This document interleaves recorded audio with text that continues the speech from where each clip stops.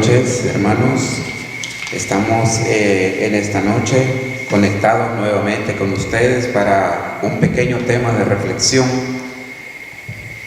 Estamos abordando estos temas porque sabemos que son muy, pero muy necesarios para todos y cada uno de nosotros, porque esto es lo que nos ayuda, esto es lo que nos alimenta, esto es lo que nos fortalece, esto es lo que nos motiva a seguir adelante.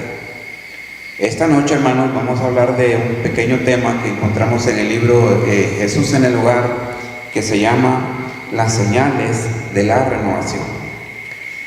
Como ya y todos y cada uno de nosotros sabemos que el estudio espírita es un estudio muy profundo, muy intenso, y encontramos todo tipo de enseñanza.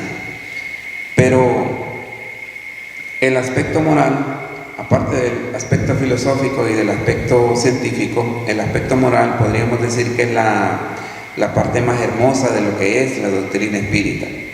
Pero aparte de ser la parte más hermosa, podríamos decir que también es la parte más comprometedora, porque es la que nos indica cómo debemos de portarnos, cómo debemos ser, cómo debemos actuar, cómo debemos pensar. Entonces, aparte de hermosa, nos compromete. Pero bien, tenemos toda una gran enseñanza a la luz del espiritismo, con la ayuda del Maestro Jesús. Hoy nosotros estamos entendiendo un poco mejor, comprendiendo un poco mejor, porque ese es el empuje, esa es la gran ayuda que nos da el estudio espírita. Se dice que el Maestro Jesús, como gran pedagogo, daba su enseñanza por medio de parábolas, ¿verdad? Y un método muy eficaz, porque es un método que no falla. Hoy el estudio espírita nos ayuda a poder entender de manera más clara todas esas parábolas. Pero los espíritus nos dicen que el espiritismo no impone creencias, sino que invita al estudio. Entonces nosotros tenemos que abrir los libros para poder comprender, para poder asimilar lo que se nos quiere decir. Bien, hoy nosotros podemos entender todos esos puntos que antes veíamos como ininteligibles, dice el estudio espírita, oscuros. Hoy tenemos esa luz que nos alumbra, y gracias a lo que ya se dijo, ¿verdad?, al estudio espírita. Hoy estamos dando entonces nosotros un paso en ese avance espiritual que tanto necesitamos.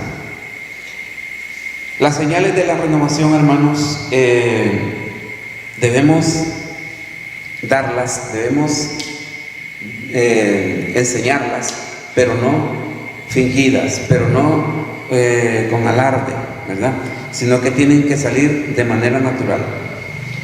Cuando decimos que nos vamos a renovar, es porque vamos a sacar de nosotros todos esos vicios, todos esos defectos, todas esas malas costumbres que hemos venido practicando por mucho tiempo. Entonces, cuando decimos renovación, estamos hablando de el resultado de sustituir algo viejo por algo nuevo, darle un nuevo aspecto. Eso es renovar. En este caso, desde el punto de vista moral, como ya lo dijo el apóstol Pablo, de cambiar el hombre viejo por el hombre nuevo. Entonces nosotros tenemos que empezar a dar esas señales de renovación, y más que todo como espíritas. Vamos a compaginar este pequeño tema con una pregunta que tenemos en el libro de los espíritus, en la pregunta 793, que dice: ¿por qué señales se puede reconocer a una civilización completa? Respuesta: la reconoceréis por su desarrollo moral. Os creéis muy adelantados porque estáis mejor alojados, mejores vestidos que los salvajes, pero no os podéis llamar civilizados hasta que no hayáis desterrado de vosotros los vicios y hasta que, como hermanos, se practique la caridad. Mientras tanto, solo seréis personas ilustradas, mas no civilizadas. Esta es la definición que nos vienen a dar los espíritus acerca de lo que es la civilización, que estamos nosotros lejos de entender, ¿verdad? ¿Qué es civilización? Ya vienen los espíritus y nos dice que un pueblo civilizado es un pueblo que practica la moral. Renovarse entonces, hermanos, es un trabajo que se logra a través de decisión, a través de coraje, a través de esfuerzo, a través de voluntad y a través de una fuerza interior. El Maestro Jesús, en la prédica del Evangelio en el hogar, da a conocer a sus apóstoles cómo hacer para lograr esa renovación. Entonces, esas señales de renovación en ningún momento pueden ser fingidas, porque si son fingidas, pues no van a aparecer. A nosotros, como espíritas, se nos dice que se reconoce el verdadero espírita por los esfuerzos que hace por mejorarse cada día. Esto es una renovación. Bien, en el tema que nos habla Jesús en el hogar, nos dice que el más poderoso no es el más despiadado, sino aquel que ama más. Que el más vencedor no es aquel que guerree a su enemigo, sino aquel que se guerree a sí mismo. Que el más elocuente no es aquel que sea el dueño de un bello discurso, sino aquel que use palabras edificantes y santificantes a sus propios actos. Eso es lo que nos viene a decir este pequeño tema. El más noble, dice, no es aquel que posea mayor número de títulos que le confieran dominio transitorio de propiedades, sino aquel que acumule con mayor intensidad créditos de amor y gratitud para todas las personas. El más respetable no es aquel que disponga de poder, armas o dinero, sino aquel que disponga de un buen corazón dispuesto a amar. Esto es lo que nos viene a decir este pequeño pero profundo tema. El más santo, dice, no es aquel que se aísle en los altares del orgullo, evitando el contacto con los demás por temor a la degradación y a la inmundicia, sino aquel que extienda sus manos fraternales a los miserables y sufridores, elevándoles el alma sufriente a los planos de la alegría y entendimiento.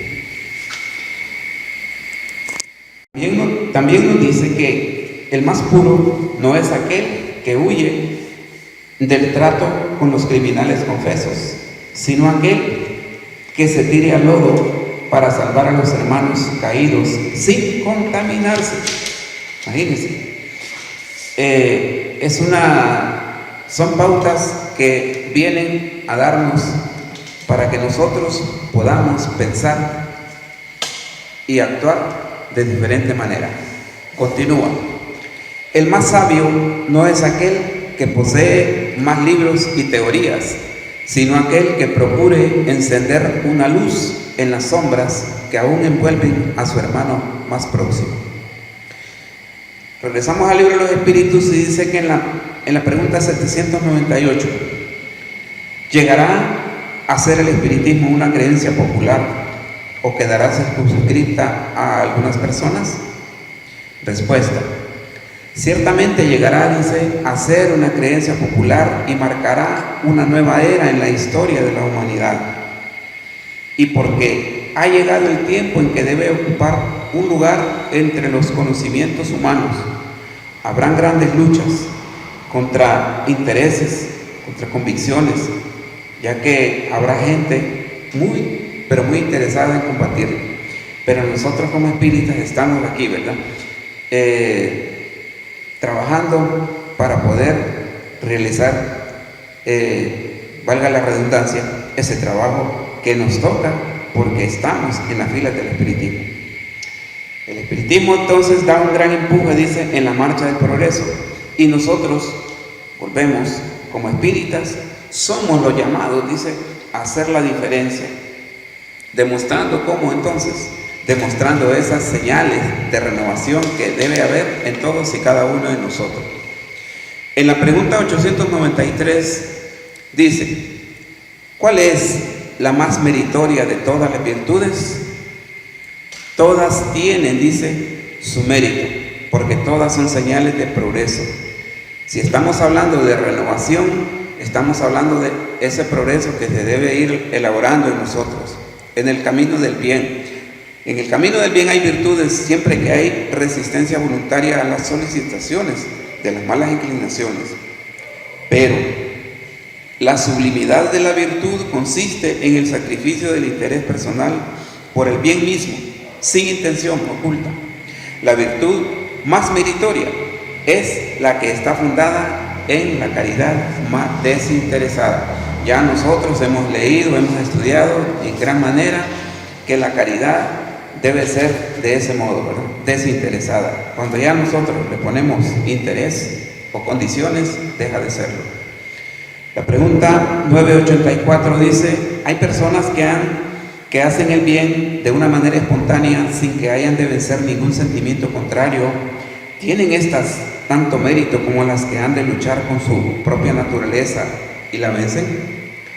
La respuesta dice que las que no tienen que luchar es porque se ha realizado ya el progreso en ellas. Han luchado en otro tiempo y han triunfado. Por eso, los buenos sentimientos no les cuesta ningún esfuerzo y les parezcan muy naturales sus acciones. El bien se ha convertido para ellos en un hábito.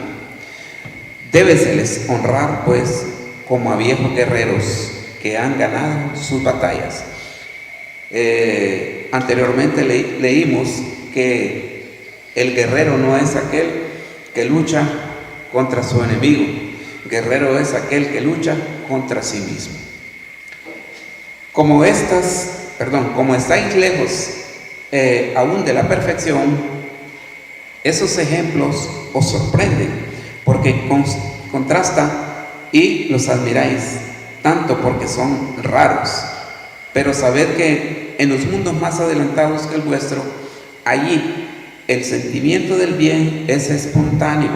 Nadie piensa para hacer el bien.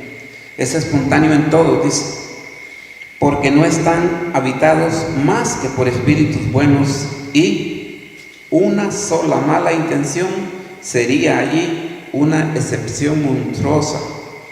He aquí por qué los hombres ahí son felices, y así sucederá en la tierra. Cuando la humanidad se haya transformado y cuando practique y comprenda la caridad en su verdadera acepción.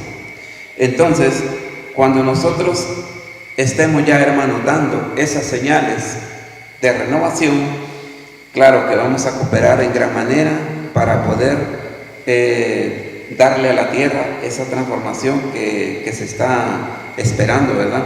Y vamos a decir, pues, la tierra ya es un mundo de un mundo de prueba y expiación, será un mundo de regeneración. Y vamos a terminar con un pequeño escrito, hermano Chico Javier, que dice: a los otros les doy el derecho de ser como son. A mí me doy el deber de ser cada día mejor. Yo creo que esto pues nos viene también a decir cómo nosotros debemos ser para poder lograr esa redención que nosotros debemos tener, ¿verdad? Y que debemos demostrar, porque si estamos aquí en este plano terrenal, debemos de dar ya, ¿verdad?, como espíritas, esas señales de redención. Muchas gracias, hermanos. Muy buenas noches.